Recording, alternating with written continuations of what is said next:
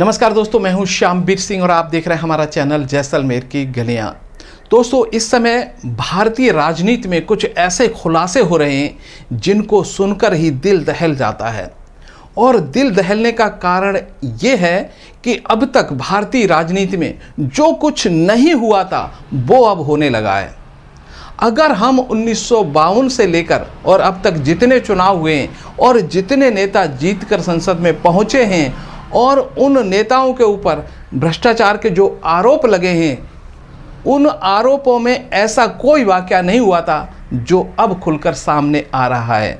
अब तक हमने सुना था कि राजनीति का अपराधीकरण हो गया है, भ्रष्टाचार बढ़ रहा है, लेकिन अपराधी वो थे वो हमारे देश के थे, भ्रष्टाचार देश के अंदर ही हो रहा था। लेकिन अब कुछ राजनीतिज्ञ जो नए नए राजनेता आए हैं वो विदेशी शक्तियों के कठपुतली बन गए या खिलौने बन गए या उनकी मदद कर रहे हैं।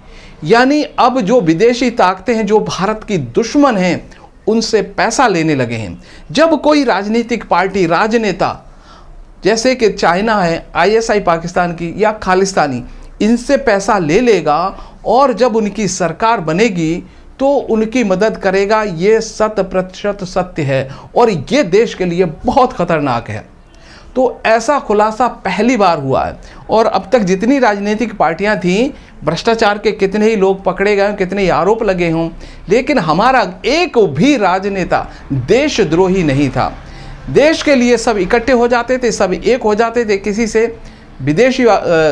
से पैसे नहीं लेते थे, देश को नुकसान पहुंचाने की कोशिश नहीं करते थे। लेकिन अब जो कुछ ऐसे खुलासे हो रहे हैं कि वो देश को नुकसान पहुंचाने के लिए वो पार्टियां विदेशी लोगों से पैसा ले रही हैं और ये अगर बंद नहीं हुआ तो आने वाले समय में बहुत भयानक परिणाम होंगे। तो मैं कहना चाहता हूं कि जो लोग इस कृत्य में पकड़े जाएं उन लोगों को किसी तरह से माफ़ न करें।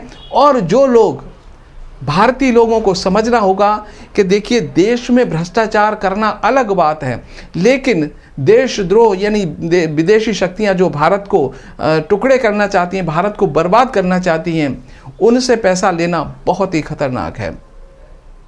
कई विदेशों में लोग बैठे हैं, वो चाहते हैं कि हमारी फेवरेट यानी हमारी कठपुतली सरकार भारत में बन जाए, क्योंकि भारत आने वाले समय की एक महान शक्ति बनने वाला है और जब उसके फेवर की सरकार होगी तो वो ज़रूर उसकी मदद कर पाएगा। यही विदेशी शक्तियां चाहती हैं कि हमारे फेवर की सरकार हम हिंदुस्तान में बनाएं, क्योंकि आने वाले समय में जो भारत की ताकत होगी वो अमेरिका और चाइना के लगभग बराबर हो जाएगी। भारत इतनी तेज़ी से विकास कर रहा है कि देखिए, भारत की जो विकास दर है वो 8% के आसपास है, जबकि यूरोपीय देश है वो बिल्कुल माइनस में जा चुके हैं। चाइना की 3% के आसपास है।